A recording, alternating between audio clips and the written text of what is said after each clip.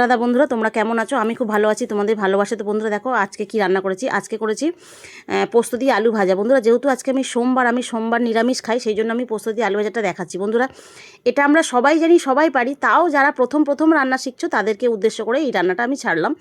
তো বন্ধুরা দেখো কিভাবে করলাম। প্রথমে কড়াই তেল দিলাম, দিয়ে দুটো শুকনো লঙ্কা নিয়ে ভাজা করে নিয়ে তার মধ্যে আলুগুলো আমি ছেড়ে নিলাম, দিয়ে বেশ কিছুক্ষণ নাড়াচাড়া করে তার মধ্যে একটু নুন আর হলুদ দিয়ে নাড়াচাড়া করে চাপা দিয়ে দিলাম।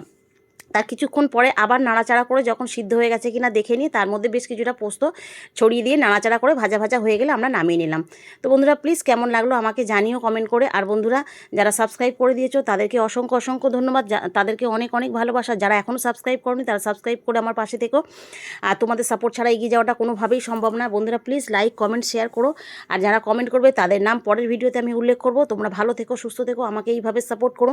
আর ফেসবুক বন্ধুরা প্লিজ তোমরা ফলো করে আমার পাশে থেকো। আর ইউটিউব বন্ধুরা তোমরা সাবস্ক্রাইব করে আমার পাশে থেকো। তোমাদের আরও ভালো মিনি ব্লগ আমি দিয়ে দেবো।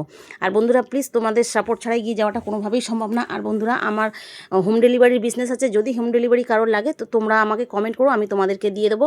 তোমরা ভালো থেকো, সুস্থ থেকো, এইভাবে